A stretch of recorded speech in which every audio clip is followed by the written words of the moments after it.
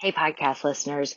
If you happen to have a strong-willed kid who is kind of pushing every one of your buttons lately, I have a resource for you. I made you guys a free guide where you're going to get some tools and tips and strategies to quickly get on the road to creating a happier household. I know you're pulling your hair out. I wanted to make you something so you could start getting some quick wins and building some momentum. So if you want to grab your copy, just go to mastermindparenting.com/free guide. And I hope you enjoy it. My name's Randy Rubenstein, and welcome to the Mastermind Parenting Podcast, where we believe when your thoughts grow, the conversations in your home flow. Well, hello, my friends. Today's episode, I want to give a big shout out to all the dads. I know I have some dad listeners, and you guys have been so kind to continue listening, even though I quite often gear my message towards moms or even use the feminine, pronoun when I'm speaking to you guys, just because I know that the majority of my listeners are moms. But very recently, it has come to my attention that I have more male listeners than I thought. And I also have more male friends than I've ever had before, which I think is kind of this interesting, um, just, I don't know, side effect of of having a business and I like to talk about business things, but a lot of my guy friends that I've connected with in the last year or so, a lot of times they're divorced dads, and sometimes they're married dads too. But yeah, we bond on parenting and we bond on different things, but it's just been just this kind of interesting side effect of having a business is that I just was thinking about it like yesterday, and I was telling my husband, I was like, God, I'm so crazy about, I just talked to so and so, so crazy about him, and just talked to so and so, I'm so crazy about him. And I was like, it's almost like I feel like I have more male friends all of a sudden than I do female friends, which is interesting. Um, and I'm crazy about them. And so I was talking to one of my guy friends who is a recently divorced dad. And we were talking about another divorced dad. And I was just kind of sharing with him. And I said, he's really such a good dad. And my friend said, what does that mean? Like what makes a good dad? So this is what I love about guys, because it's like they don't overthink things, I think, like we do. Now, see, I'm gearing it towards the women, so sorry, guys who are listening to this. But I don't think men overthink things as much as women do. And he just kind of asked this basic question. I was like, what makes a good dad? You know what? That would be a good podcast episode. And I had a woman recently say to me, she offices in the same place I office, and she had started listening to the podcast, and she said, we're loving your podcast. And she said, but my husband, he's enjoying it, but he's like, why is she always gearing everything towards moms? And her husband happens to be a stay-at-home dad. And I was like, you know what? That is a very good question. I said, because there are a lot of amazing dads out there, and there are a lot of stay-at-home dads, and I'm gearing my message towards the moms, and frankly, it's pretty freaking sexist. So I want to apologize to you guys for doing that, and thanks for sticking with me despite my sexist behavior on the podcast. But I was really kind of contemplating, and I was talking to my friend, like, what makes a good dad? And I said,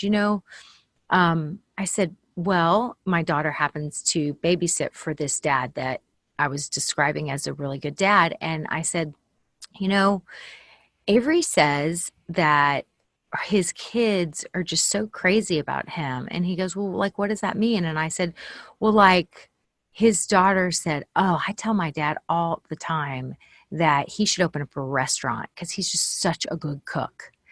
And I said, and that just let me know, and it let Avery know, like, with all that he has going on, he's he's cooking for his kids. He's cooking for his kids. And I said, moms, we cook for our kids a lot. And I do think that, or I shouldn't say all moms, but I've always considered I'm not a good cook. I'm a functional cook, and I just learned how to, and I put air quotes around cook. I've learned how to cook. I've learned how to put food on the table for the people because they're hungry at certain times of the day when they're with me, and it's just easier to feed them than not.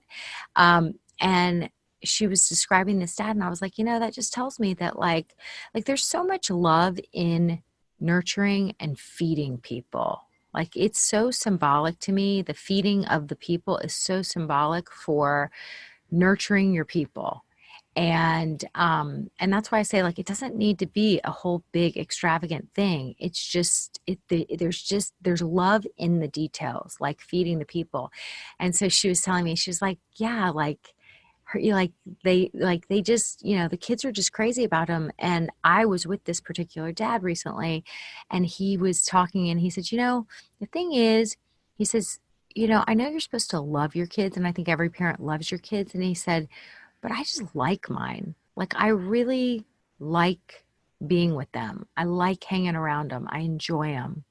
And and granted, his kids aren't toddlers because, as we all know, toddlers can be hard to enjoy a lot of the time because they are freaking exhausting. But when I was talking to my friend, I said, that whole enjoyment level, I think kids feel that.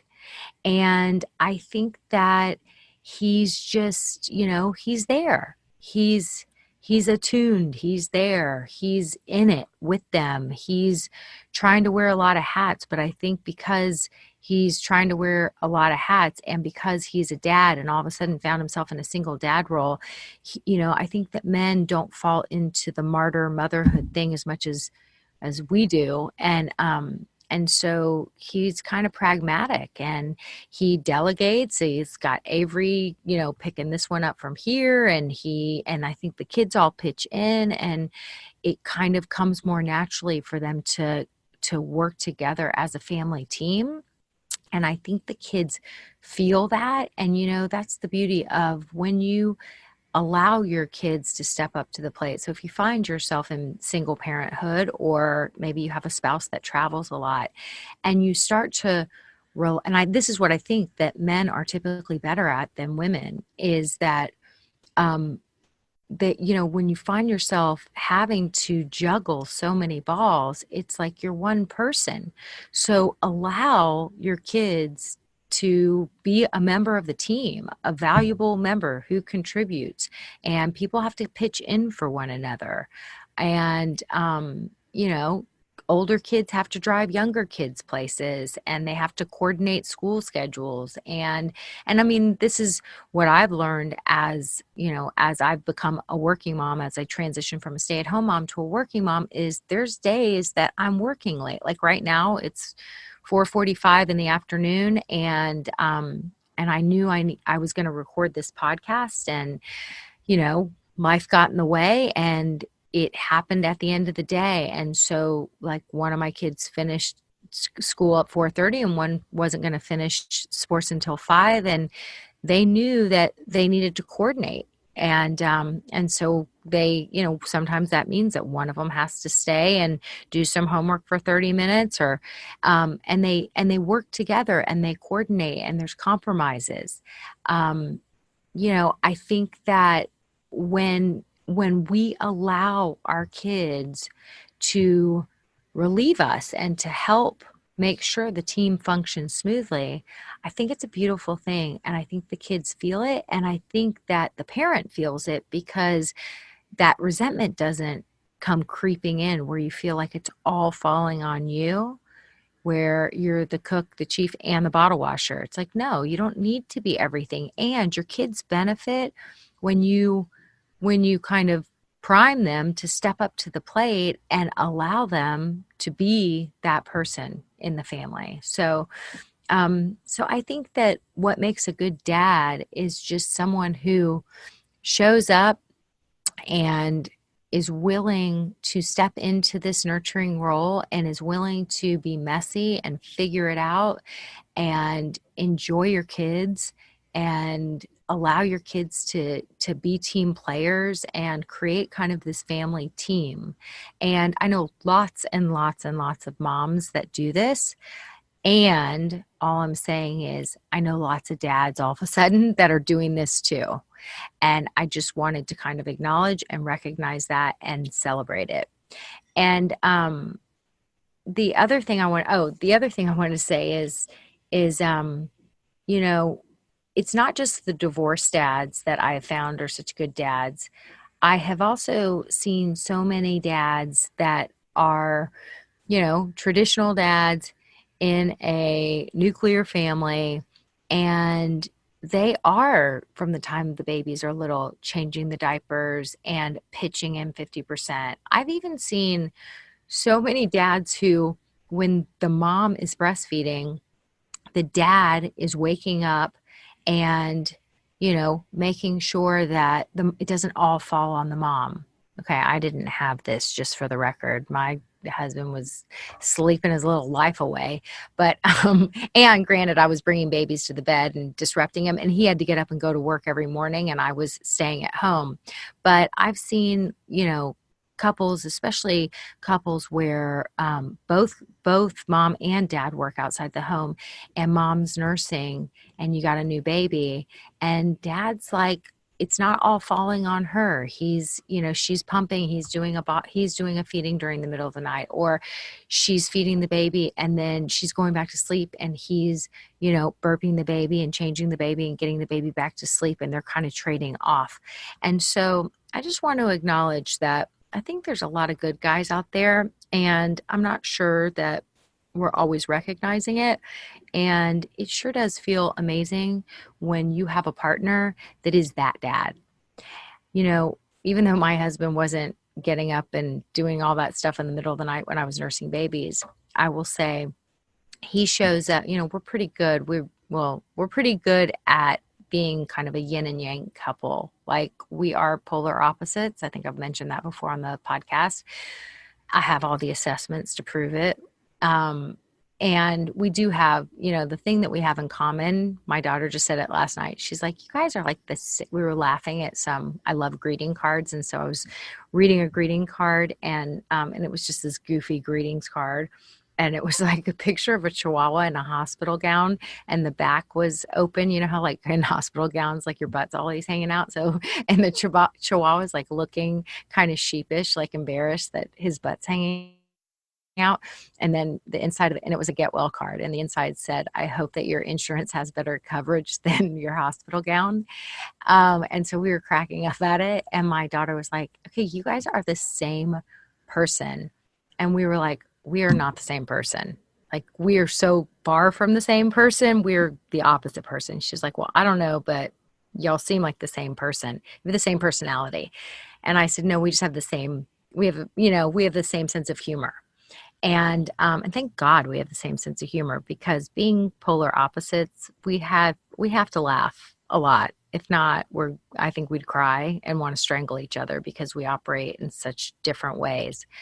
But, the thing that I think we've gotten really good at is we wear different hats, and like school projects, math homework.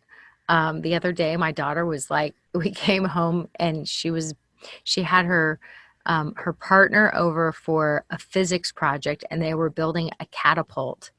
And my husband was like, okay, whoa, whoa, whoa. He's like, okay, thank goodness we came in, because there would have been lost fingers. They were like pulling down like saws and all kinds of things, and they were going to cut wood, and it was a whole thing. And he literally jumped into action. I mean, I think he had the best time, because he got to use all those tools that hang around in the garage that he loves. But like, they made the most amazing catapult, and they had the best time. And like, that is definitely would never be my wheelhouse. And like, my son was just sharing a story. He's in 7th grade, and he was telling me that he was doing some homework in the library, and his math teacher came by and was like, "Oh, what are you working on?" And my son was like, it was so awkward because my math teacher really wanted to be helpful, and he was like looking over my shoulder, and he was, asking me what I was working on. And so I said, "Well, actually, I'm kind of having trouble with number 14." He goes, and then he went into this like long explanation, and I was like, "Oh, okay, okay." He goes, "But the truth is that all it did was leave me even more confused." And I said, "Well, why didn't you tell him? He cares enough to come and check on you when you're doing your homework. Why would you not tell him?" And he's like, "Because I knew that Dad would explain it to me in like, I mean, probably a gazillion less words, and it would be easier for me to understand it just coming from Dad." And I was like, "Well, oh, wow, really?" I was like, "I didn't think Dad was a very good teacher. He seems kind of impatient." And he was like, "No, he just says exactly what he needs to say, and it just makes sense, and he just teaches me how to do it." And I was like, "Okay," because for years I'd say to my husband, because he'd get impatient with the kids, I'm like, "You're the worst teacher. Have a little patience." And so I just focused on the negative. And now here's my son saying, like, "I appreciate it. Dad says exactly the right amount of words that he needs to say, and then he's done. He definitely is not an over talker or a rambler like I am." So I just wanted to make an episode about dads and all the great dads out there, and all the great dads I know, divorced and married, and how much I'm enjoying my male friendships. Now that I'm like a old middle-aged woman, I guess this is when you get to be friends for real with men, where there's nothing, where it's truly platonic. And so there you go. There's a nice side effect of middle age. You get to be, have male female friendships that are truly platonic. And I just think that it's pretty cool when I witness daddies really, really not just putting in the work, but really enjoying their role as a dad, and and just seeing how much it affects their lives, just like it does for moms. I mean, I think that every mom out there would say, "I'm a different person because I'm a mom. It's my most important role in life. Like, it has shaped and defined me in ways that I never would have imagined." But I don't know that we hear that as much from men. I think it's just not, it's just not the culture for men. That would be like a little too, like that would be talking about feelings. And that just hasn't been kind of traditionally male in our culture. And so when I witness the growth, and especially, I guess, from the divorced dad, some of the meaningful conversations I've had with my friends who are divorced dads, like, they've been through something hard. And so like they're ready to talk about how, they went to court, they fought for, a certain amount of custody of their kids, and they're figuring out this whole co-parenting thing, and they have to parent a lot of times 50% of the time on their own. And so it almost brings out this kind of this feminine side of men that I haven't typically seen. And it just feels really nice to witness that. So that's what I've got for you guys today. And until next week. Hey, podcast listeners, if you identify with having a strong-willed kid and you're ready to start taking action, because enough is enough. It's enough walking around on eggshells constantly and getting all those mumbled one-word answers based on their irritable mood every day in the car after school. Go ahead and download the free resource that I made for you to start taking action immediately and creating a happier household. It's mastermindparenting.com/free guide to start taking action today.